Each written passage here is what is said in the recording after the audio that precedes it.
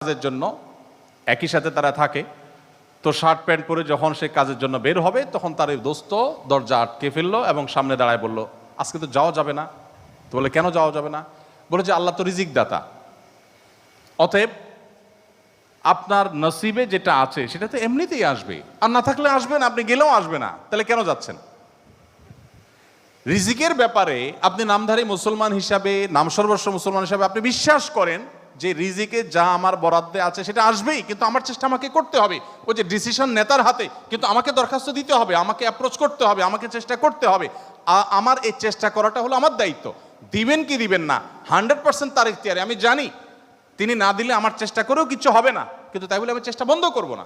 ঠিক একইভাবে আমি জান্নাতের জন্য চেষ্টা করব, এটা আমার কর্তব্য, এটা আমার বাঁচা মরার লড়াই। আল্লাহ তাআলা আমাকে জান্নাতে দিবেন কি দিবেন না ডিসিশন তারটাই চূড়ান্ত, তাহলে আমার কাজ করে লাভ কি?